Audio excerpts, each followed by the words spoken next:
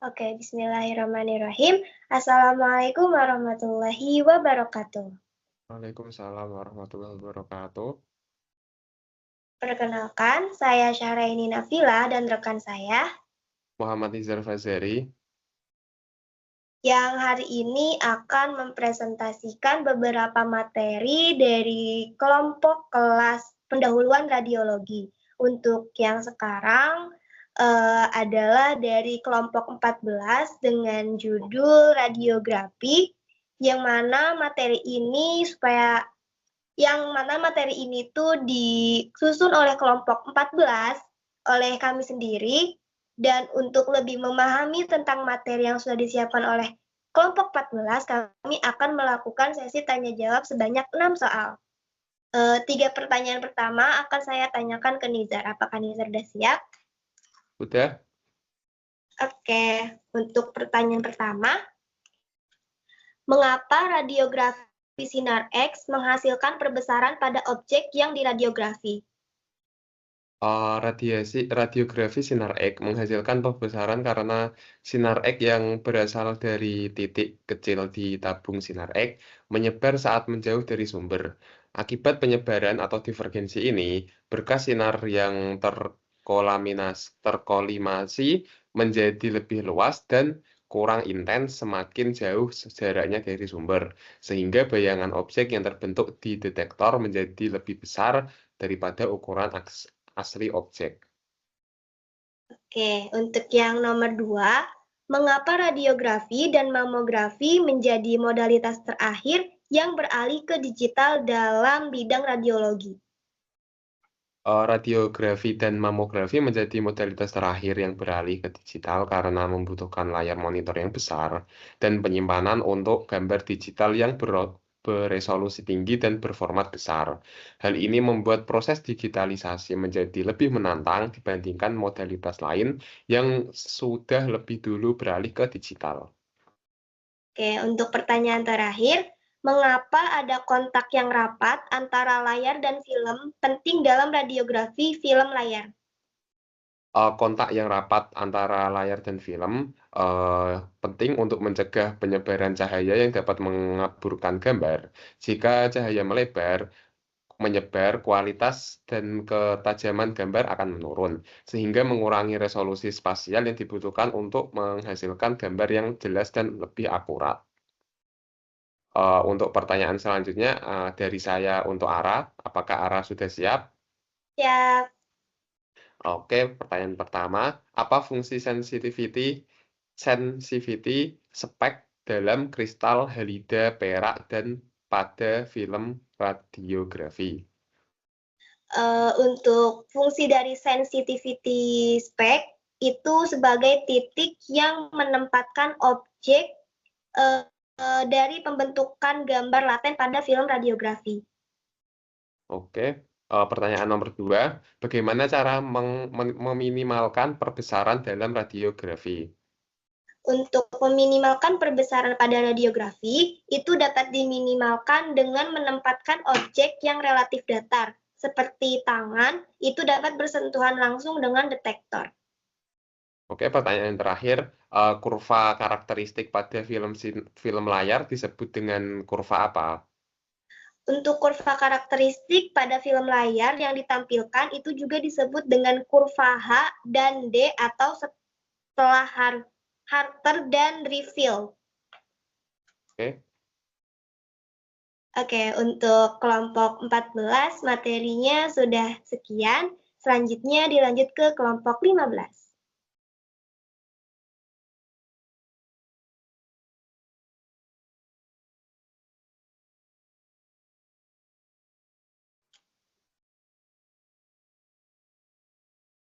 Oke, untuk kelompok 15, untuk mempersingkat waktu dan untuk lebih memahami materi tentang radiografi, dari kami akan memulai sesi tanya jawab. Untuk sesi tanya jawab akan diberikan 6 soal, 3 soal dari saya dan 3 soal dari Ara.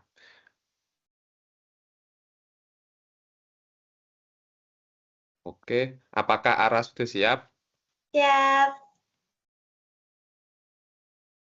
Pertanyaan pertama, apa fungsi utama dari CCD dalam pencitraan medis? Fungsi utama dari CCD itu digunakan untuk menangkap gambar dari cahaya tampak dan digunakan dalam berbagai aplikasi, termasuk dalam pencitraan medis dan astronomi. Oke, pertanyaan selanjutnya, apa kelemahan utama CCD dalam sistem pencitraan? Kelemahan utama dari CCD itu adalah efisiensi lensanya yang rendah, sehingga hanya sebagian kecil cahaya yang mencapai chip CCD.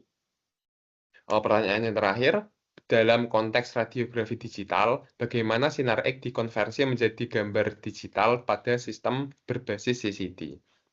Sinar X itu dapat dikonversi menjadi cahaya tampak oleh layar khusus dan diarahkan melalui lensa dan cermin ke chip CCD untuk menangkap gambar. Oke, untuk pertanyaan selanjutnya dari saya ke Nizar, apakah Nizar sudah siap? Siap. Oke, untuk pertanyaan pertama, apa yang dimaksud dengan time delay and integration atau TDI pada CCD? TDI adalah teknik yang memungkinkan chip CCD membaca gambar berlawanan dengan kecepatan pergerakan sinar X, menghasilkan gambar yang lebih jelas.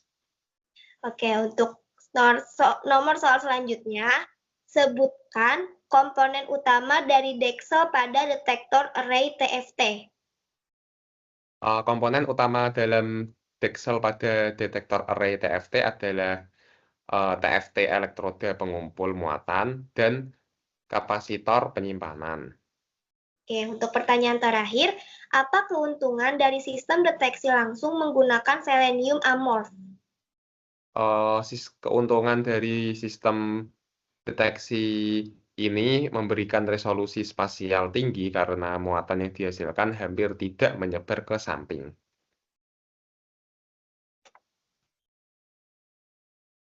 Oke, tanya jawab dari kami untuk kelompok 15 sudah selesai. Kita lanjutkan ke kelompok 16.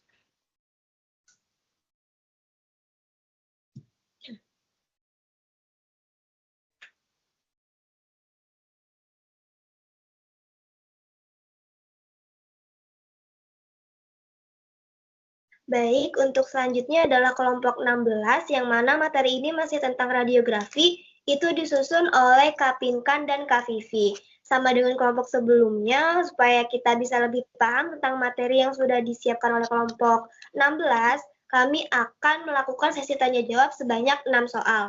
Untuk 3 soal pertama akan ditanyakan oleh saya ke Nizar, dan 3 soal selanjutnya ditanyakan oleh Nizar ke saya. Apakah Nizar sudah siap? Sudah?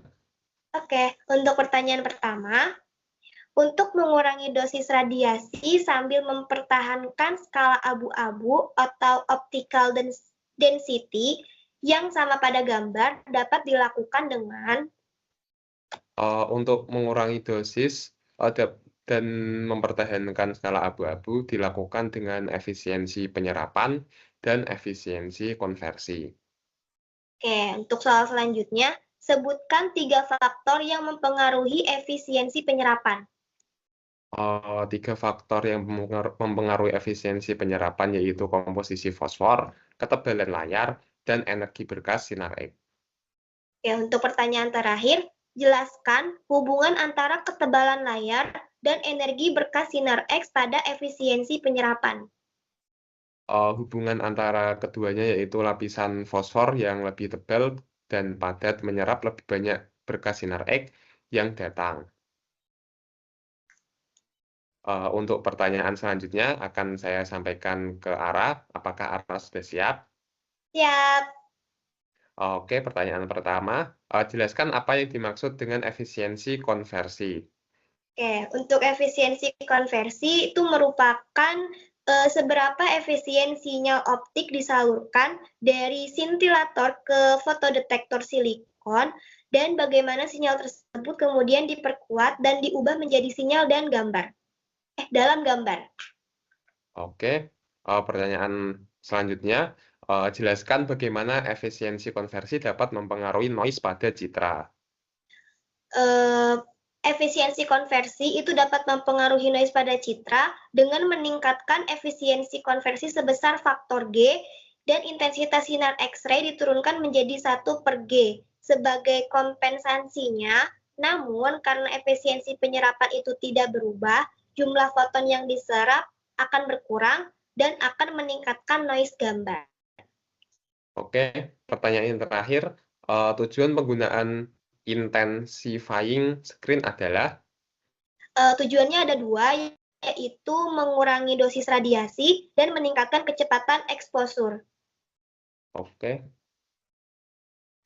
Untuk pertanyaan sesi tanya jawab dari kelompok 16 sudah selesai. Selanjutnya lanjut ke kelompok 17.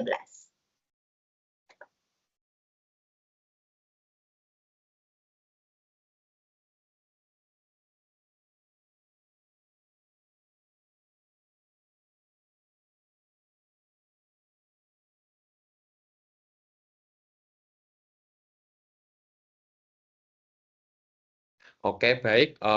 Selanjutnya dari kelompok 17 yang mempunyai judul detektor radiografi, dosis pasien, dan indeks paparan. Untuk memperluas pemahaman dan semakin paham dengan materi tersebut, maka dari kami akan mengajukan sesi tanya jawab yang akan ada 6 soal, 3 soal dari saya dan 3 soal dari Ara. Apakah Ara sudah siap? Siap. Oke, pertanyaan yang pertama, apa perbedaan utama antara radiografi digital dan radiografi tradisional? Oke, untuk radiografi tradisional itu menggunakan film sebagai media untuk menangkap gambar,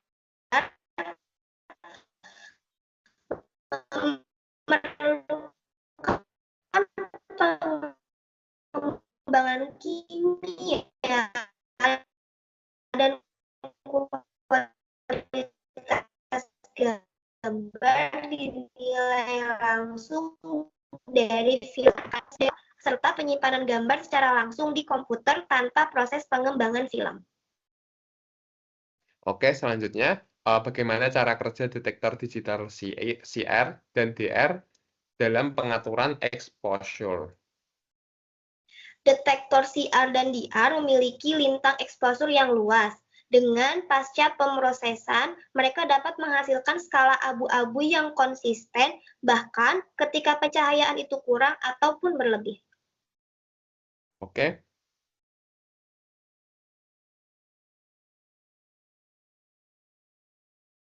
Pertanyaan terakhir, apa itu doscript dan mengapa hal ini menjadi perhatian dalam radiografi digital? Oke, doscript adalah kecenderungan teknologi untuk menggunakan pencahayaan berlebihan demi menghasilkan gambar yang lebih terang. Hal ini beresiko menyebabkan paparan radiasi berlebih yang tidak diperlukan bagi pasien. Oke. Oke, untuk pertanyaan selanjutnya, dari saya untuk Nizar, apakah Nizar sudah siap? Oke, siap. Oke, untuk pertanyaan yang pertama, apa fungsi dari indeks paparan EI dalam sistem radiografi digital? Indeks paparan menunjukkan jumlah radiasi yang mencapai detektor, namun tidak secara langsung mencerminkan dosis yang diterima oleh pasien. Oke, untuk soal yang nomor 2, apa tujuan dari standar indeks eksposur yang diterbitkan oleh IEC dalam radiografi digital? Standar ini dirancang untuk memberikan nilai indeks exposure dan indeks deviasi yang dapat disimpan di header DCOM setiap gambar radiografi, memberikan pedoman kalibrasi bagi produsen. Oke, untuk pertanyaan yang terakhir, bagaimana cara kerja radiografi energi ganda untuk mengurangi noise anatomis?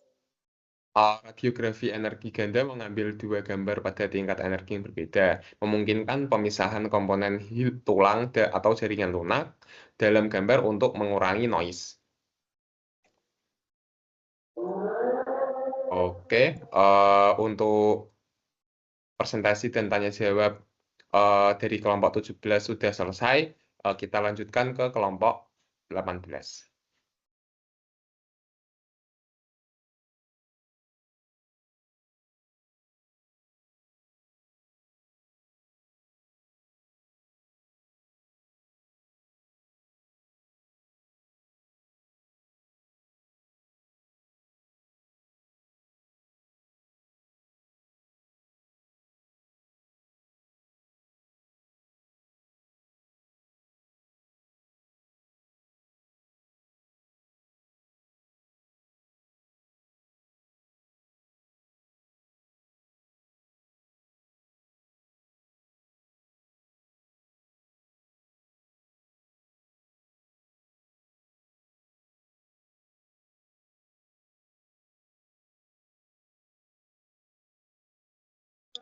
Oke, baik. Untuk kelompok 14, dengan judul materinya itu adalah mamografi yang disusun oleh Karetno dan Katiara.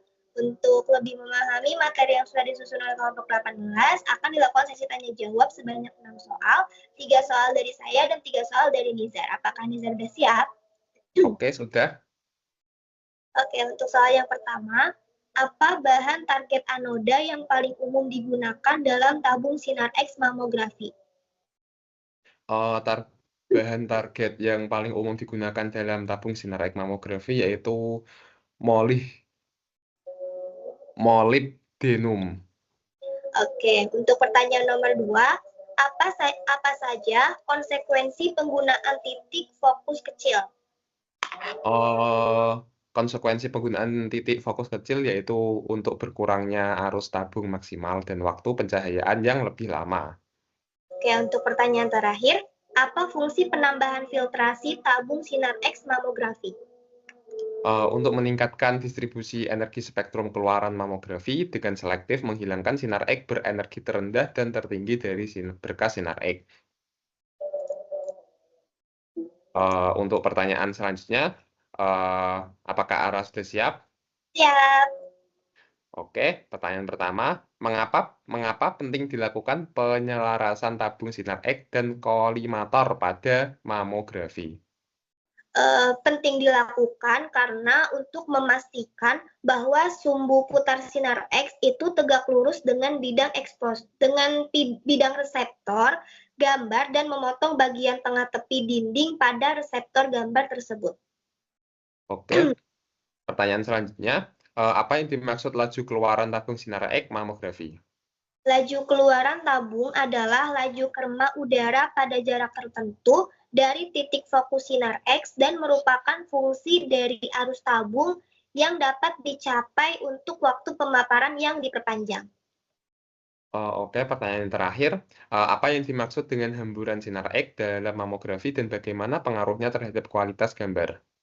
Hamburan sinar X adalah radiasi yang tersebar setelah berinteraksi dengan jaringan tubuh yang menurunkan kontras gambar dan menambah derau acak, di mana hamburan sinar X ini menyebabkan penurunan kualitas gambar dengan mengurangi ketajaman visual, terutama pada gambar payudara yang lebih tebal. Oke, untuk sesi tanya jawab pada kelompok 14 sudah selesai, selanjutnya lanjut ke kelompok 19.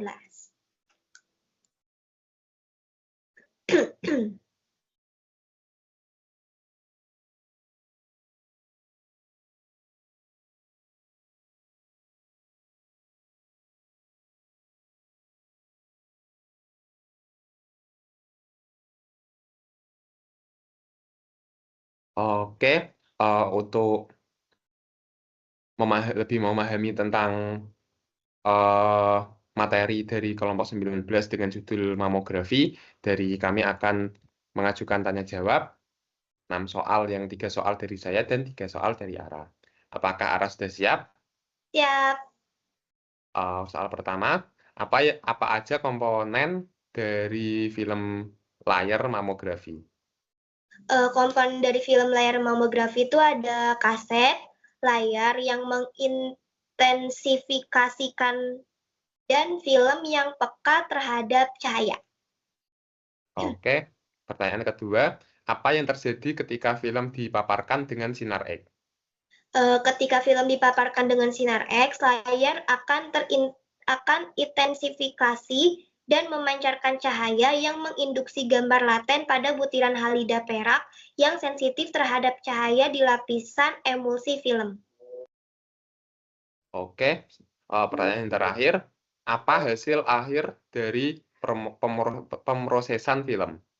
Hasil akhirnya itu berupa gambar dua dimensi dari pola cahaya yang diterjemahkan ke dalam berbagai tingkat opasitas atau densitas optik pada film. Oke, untuk pertanyaan selanjutnya akan saya tanyakan ke Nizar. Apakah Nizar udah siap? Siap.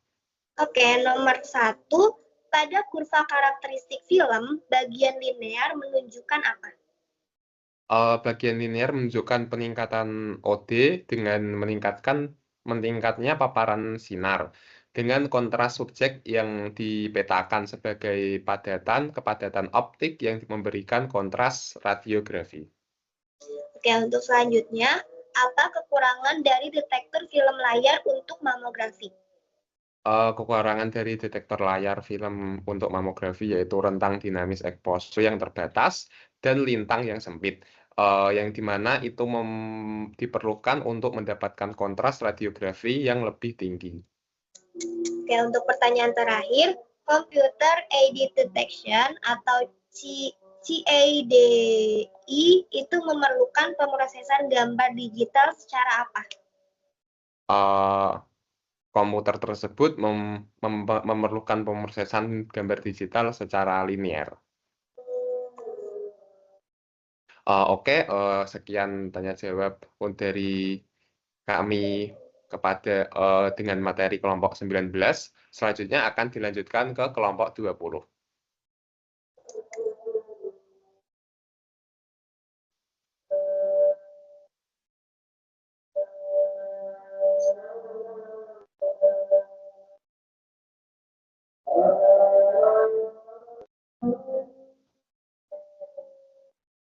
Baik, untuk kelompok 20,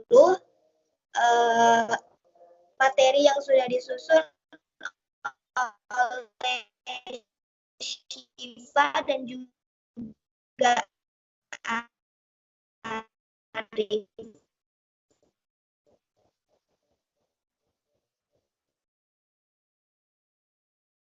Untuk lebih memahami materi tersebut akan dilakukan sesi tanya jawab sebanyak 3 menit.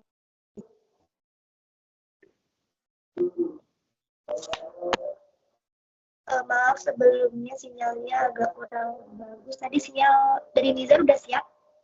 Oke, siap. Oke, untuk pertanyaan yang pertama, apa yang dimaksud dengan regulatory requirement dalam mamografi?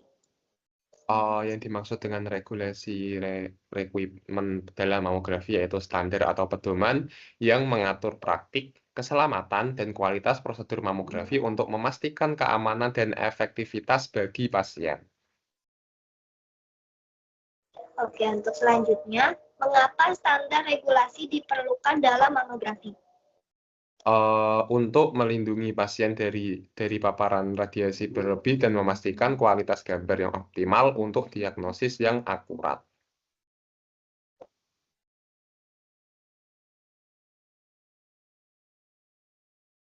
Ya, untuk pertanyaan yang terakhir, apa saja standar internasional untuk mamografi? Standar internasional untuk mamografi meliputi MQSA, Mammography Quality Standard Art, di AS. Selanjutnya ada EUREF atau European Reference Organization of Quality Assured Breast Screening and Diagnostic Service di Eropa, dan yang terakhir IAEA atau International Atomic Energy Agency untuk pedoman global. Selanjutnya ada 3 soal dari saya untuk Ara. Apakah Ara sudah siap? Siap. Oke, pertanyaan yang pertama. Apa peran teknologi radiografi dalam memenuhi persyaratan regulasi mamografi? Oke, untuk teknologi radiologi itu perannya memastikan prosedur mamografi sesuai dengan protokol keselamatan dan standar kualitas, serta melakukan pengecekan kualitas perangkat mamografi secara berkala. Oke, pertanyaan selanjutnya, bagaimana pengaturan dosis radiasi pada mamografi diatur? Pengaturan dosis radiasi itu diatur dengan regulasinya menetapkan batasan dosis maksimum per gambar untuk meminimalkan paparan radiasi sekaligus menjaga kualitas gambar. Oke, pertanyaan terakhir, apa tujuan utama fluoroskopi dalam prosedur radiologi?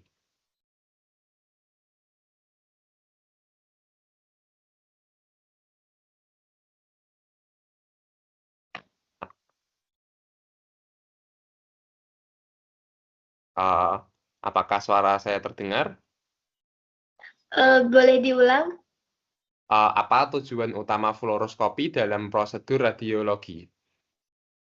Oke, tujuan utama fluoroskopi dalam prosedur radiologi itu untuk memberikan gambar real time dari struktur internal tubuh yang memungkinkan observasi langsung terhadap pergerakan organ atau prosedur bedah minimal invasif.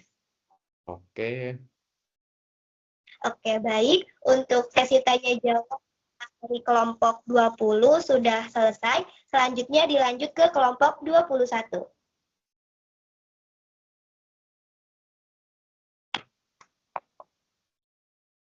Oke, dari kelompok 21 dengan judul Sistem Detektor Fluoroskopi dan Mode Operasi. Untuk memperluas pemahaman, dari kami akan mengajukan tanya jawab 6 soal, 3 soal dari saya dan 3 soal dari Ara. Apakah Ara sudah siap? Ya. Oke, pertanyaan pertama. Apa fungsi utama dari jendela vakum pada sistem layar masukan intensiver gambar 2?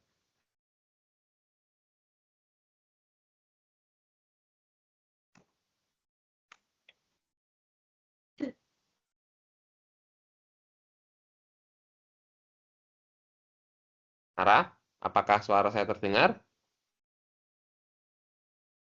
Enggak kedengeran sepertinya sinyalnya. Boleh Oke, diulang, Mas? saya ulang.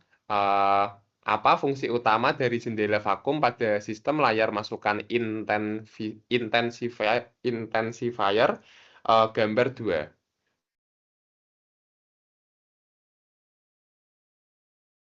Oke, untuk fungsi jendela vakum pada layar masukan 2 itu untuk mendukung kekuatan struktural dan menahan tekanan udara pada jendela karena mencegah udara masuk ke layar 2 dan membiarkan elektron bergerak bebas dalam ruang hampa udara. Oke, pertanyaan selanjutnya. Apa peran lapisan fotokatoda dalam layar masukan intensifier gambar? Oke, perannya itu saat lapisan fotokatoda terkena cahaya tampak yang dibuat oleh lepaskan. Lapisan ini yang terdiri dari bahan antimon dan alkali dengan efisiensi konveksi 10-20% akan mengubah foton sinar X yang diserap menjadi sekitar 400 elektron per foton.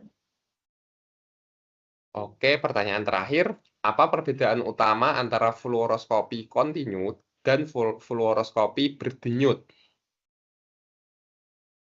Oke, untuk perbedaannya, fluoroskopi kontinu itu menghasilkan sinar X secara terus-menerus selama prosedur, biasanya dengan frame rate 30 fps.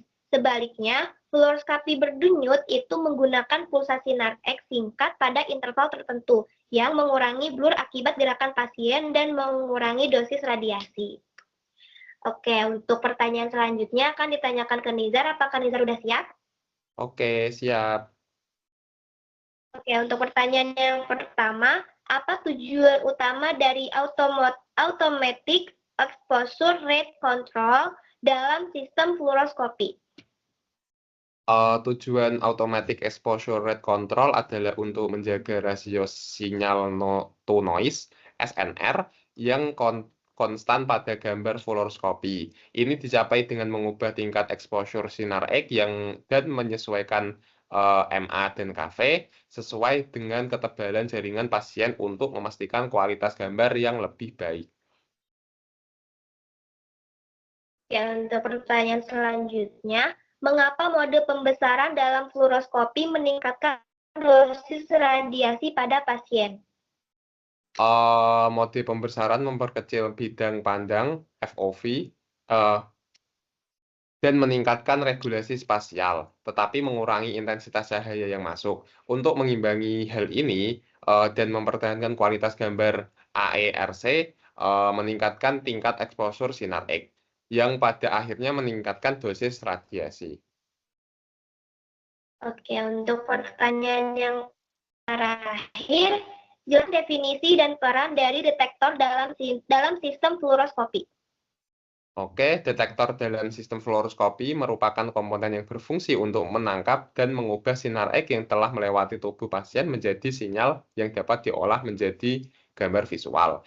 Gambar berperan dalam detektor berperan penting dalam konversi sinar X menjadi sinyal elektrik, pembentukan citra real-time, optimasi dosis radiasi, meningkatkan akurasi diagnosis dan interferensi, serta mendukung berbagai mode pencitraan. Baik, untuk presentasi dan tanya jawab dengan materi kelompok 21 sudah selesai. Selanjutnya akan dilanjutkan ke materi kelompok 22. Oke, baik. Selanjutnya adalah materi dari kelompok 22 yang sudah disusun oleh Kak Ataya, Kak Bunga, dan Kak Nabila. Dengan judul fluoroskopi. Untuk lebih memahami materi yang telah disusun oleh kelompok 22 akan dilanjutkan dengan sesi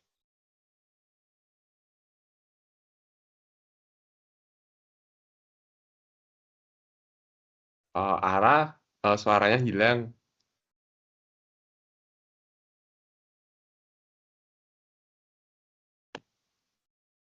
Mohon maaf tadi sinyalnya kurang bagus. Oke. Drinizar udah siap? Oke, siap.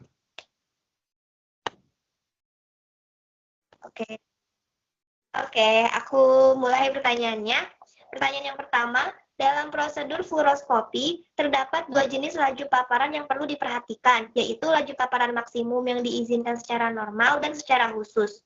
Berapakah besarnya? Laju paparan fluoroskopi maksimum yang diizinkan secara normal adalah 87,3 mgri per meter atau 10 R per M, sedangkan secara khusus adalah 175 mgri per meter atau 20 R per M. Oke, untuk selanjutnya, apa tujuan utama dari pemantauan dosis aktif di ruang prosedur intervensi?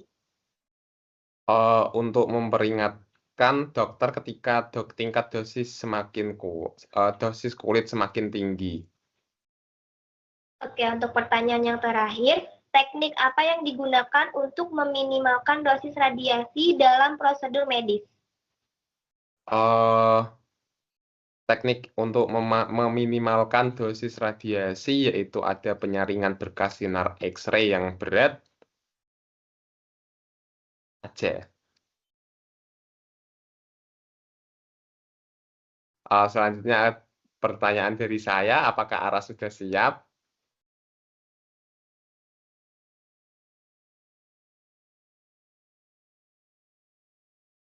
Apakah Ara sudah siap? Siap. Oke, pertanyaan pertama. Sebutkan 3 jenis resolusi pada kualitas gambar fluoroskopi. Tiga jenis resolusi pada kualitas gambar fluoroskopi adalah resolusi spasial, resolusi temporal, dan resolusi kontras. Oke, pertanyaan selanjutnya, apa hubungan antara field of view (VOV) dan resolusi spasial dalam fluoroskopi? Oke, hubungan antara field of view atau FOV dan resolusi spasial adalah bahwa semakin kecil FOV, semakin tinggi resolusi spasial yang bisa dicapai. Hal ini terjadi karena semakin kecil bidang yang diperbesar, akan semakin banyak detail yang dapat terlihat. Oke, pertanyaan terakhir, mengapa penggunaan kisi anti-scatter penting untuk resolusi kontras? Kisi anti-scatter itu penting digunakan untuk mengurangi hamburan sinar X yang dapat menurunkan resolusi kontras, sehingga gambar yang dihasilkan menjadi lebih jelas dan detail kontrasnya akan meningkat. Oke, untuk sesi materi dari kelompok 22 sudah selesai. Selanjutnya adalah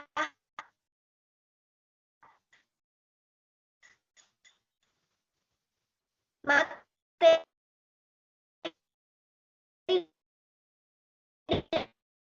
dari kelompok 23. Oke, uh, untuk materi dari kelompok 23 dengan judul komputer tomografi, untuk memperdalam pemahaman kita dalam bab tersebut, dari kami akan akan melaksanakan sesi tanya jawab. 3 soal dari saya dan 3 soal dari Ara. Apakah Ara sudah siap? Siap. Oke, pertanyaan pertama, apa keunggulan helical city?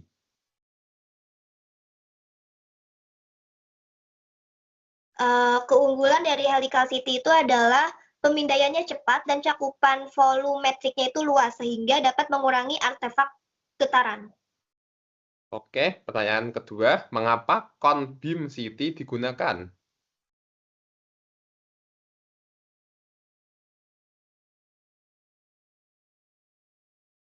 Apakah suara saya terdengar?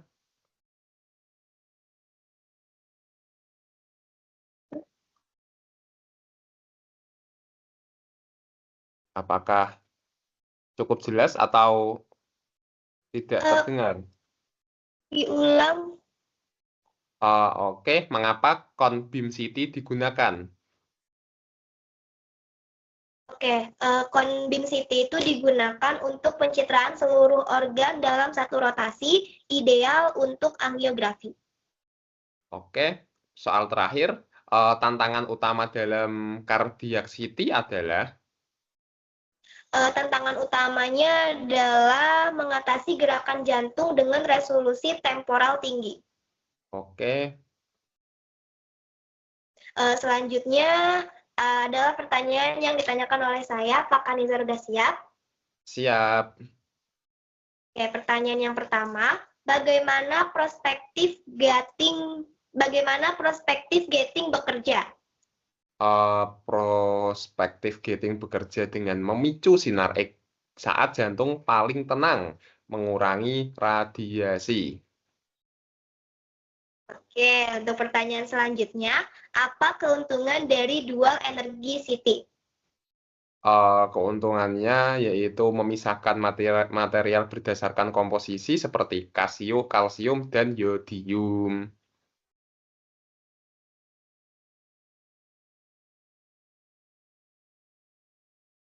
Apakah jawabannya sudah jelas atau belum terdengar?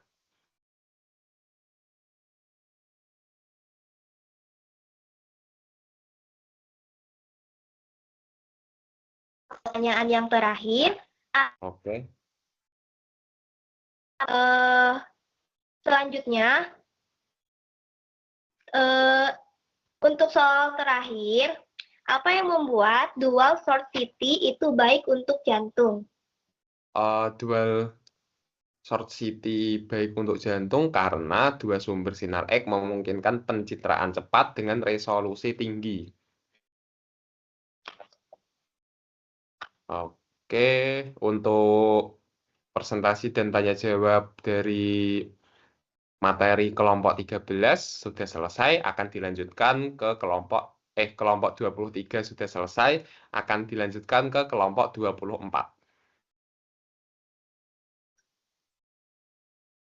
Oke, baik. Untuk kelompok selanjutnya adalah kelompok 24 dengan judul City Reconstruction yang disusun oleh Adinda. Untuk lebih memahami materi yang telah disusun oleh kelompok 24 yang disusun oleh Adinda dan Tantri, mohon maaf sebelumnya, akan dilakukan sesi tanya jawab yang berjumlah 6 soal. 3 soal pertama akan ditanyakan oleh saya, dan 3 soal selanjutnya akan ditanyakan oleh Nizar. Apakah Nizar sudah siap? Siap. Baik, untuk soal yang pertama, apa itu rekonstruksi City? Oke, rekonstruksi City adalah proses mengubah data sinar X yang diterima menjadi gambar 2 dimensi dari objek yang dipindai.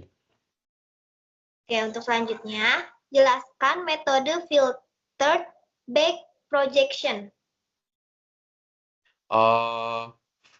Filter back projection adalah metode rekonstruksi yang menggunakan filter untuk mengurangi noise sebelum memproyeksikan kembali data ke dalam gambar.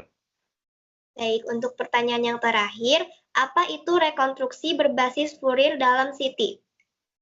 Rekonstruksi berbasis Fourier menggunakan transformasi Fourier untuk menganalisis dan mengolah data sinar X, memungkinkan pemisahan frekuensi dan pengurangan artefak. Oke, untuk 3 pertanyaan selanjutnya akan saya tanyakan kepada Ara. Apakah Ara sudah siap? Siap. Oke, pertanyaan pertama, sebutkan satu keuntungan dari rekonstruksi berbasis Fourier. Oke, untuk keuntungannya sendiri, rekonstruksi berbasis Fourier itu memiliki keuntungan utama, yaitu kemampuannya untuk mengatasi artefak yang sulit diatasi dengan metode lain, serta dapat meningkatkan kualitas gambar. Oke, pertanyaan selanjutnya, apa itu cone beam reconstruction? Oke, cone beam reconstruction adalah teknik pemindaian City yang menggunakan sinar X berbentuk kerucut untuk menghasilkan gambar 3 dimensi dari objek yang lebih besar. Oke, pertanyaan terakhir, apa keuntungan dari penggunaan cone beam City? Keuntungan dari penggunaan cone beam City adalah kemampuan untuk menangkap volume yang lebih besar dengan dosis radiasi yang lebih rendah dibandingkan dengan metode pemindaian tradisional. Oke, baik. Untuk sesi tanya jawab dari materi kelompok 24 sudah selesai. Selanjutnya adalah kelompok yang terakhir, yaitu kelompok 25.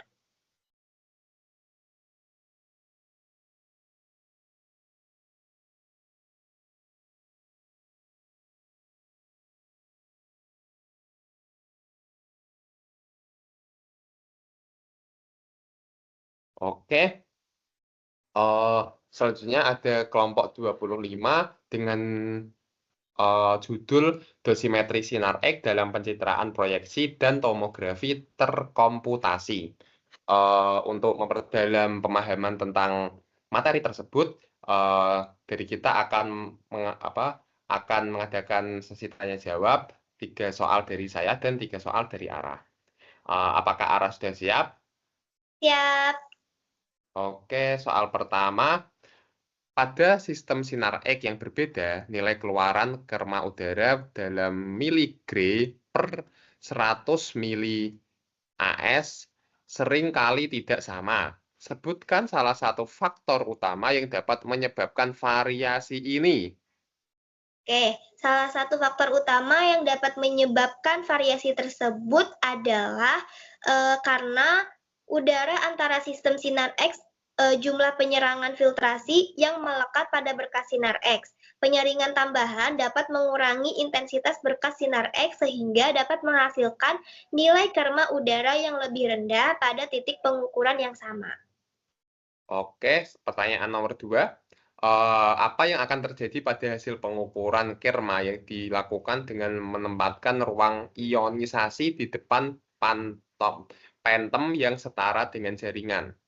Oke, jika pengukuran kerma dilakukan dengan menempatkan ruang ionisasi di depan pentem yang setara dengan jaringan, hasil pengukuran akan mencakup sinar primer serta radiasi yang tersebar kembali atau hamburan balik dari pentem. Karena adanya hamburan balik tersebut, hasil pengukuran akan menjadi sekitar 15% hingga 30% lebih tinggi daripada pengukuran di udara bebas pada posisi yang sama dengan faktor teknik sinar X yang sama. Oke, pertanyaan selanjutnya, apa yang disebut hamburan balik? Oke, jika seseorang benar-benar mengukur kerma dengan menempatkan ruang ionisasi di depan pentem yang setara dengan jaringan, probe akan mengukur sinar primer yang datang dan sejumlah besar radiasi yang tersebar dari pentem, karena hamburan ini diarahkan kembali ke sumber sinar X. Oke, untuk selanjutnya akan ditanyakan ke Nizar, apakah Nizar sudah siap? Siap. Oke, untuk pertanyaan yang pertama, ESK yang sebelumnya digunakan kuantitas paparan kulit masuk yang melibatkan unit yang berbeda adalah ESK-nya adalah ukuran pengganti dosis yang digunakan dalam radiografi proyeksi. Oke, untuk selanjutnya, radiografi abdomen membutuhkan lebih banyak kerma karena Kerma abdomen sebagian besar jaringan padat, pada umumnya 80 kV, melemahkan lebih banyak daripada parenkim paru-paru, radiografi dada pada 120 kV. Oke, untuk pertanyaan yang terakhir, pada fluoroskopi, laju kerma merupakan Fungsi dari miliampere dan kilovolt, dan miliampere berfluktuasi selama prosedur tergantung pada posisi sistem fluoroskopi relatif terhadap tubuh pasien dan pengaturan mode sistem fluoroskopi. Oke, baik. Untuk presentasi dan tanya jawab dari kelompok terakhir, kelompok 25 sudah selesai. Eh, dari saya dari saya cukupkan. Eh, selebihnya jika ada tutur kata saya mohon maaf. Wassalamualaikum warahmatullahi wabarakatuh. Waalaikumsalam warahmatullahi wabarakatuh.